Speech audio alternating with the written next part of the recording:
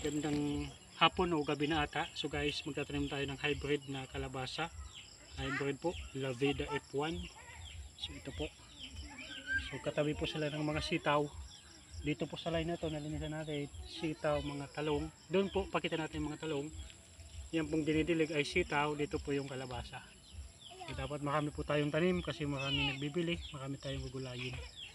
So pagtanim nito, simple lang. Hindi naman mahigpit ang pagtatanim nito. Kahit malapitan, dalawa. So ayan po. So didiligin din po ito mamaya. Diligan na lang. Kahit malapitan po ganyan. Okay lang sila mag sika nakatanim na po ako. Okay lang ito. Walang problema kung dikit-dikit sila. Ang importante hindi ma-stack ang pananim sa bahay. Huwag na tayo maghintay kung kailan uulan kasi mahirap po yun.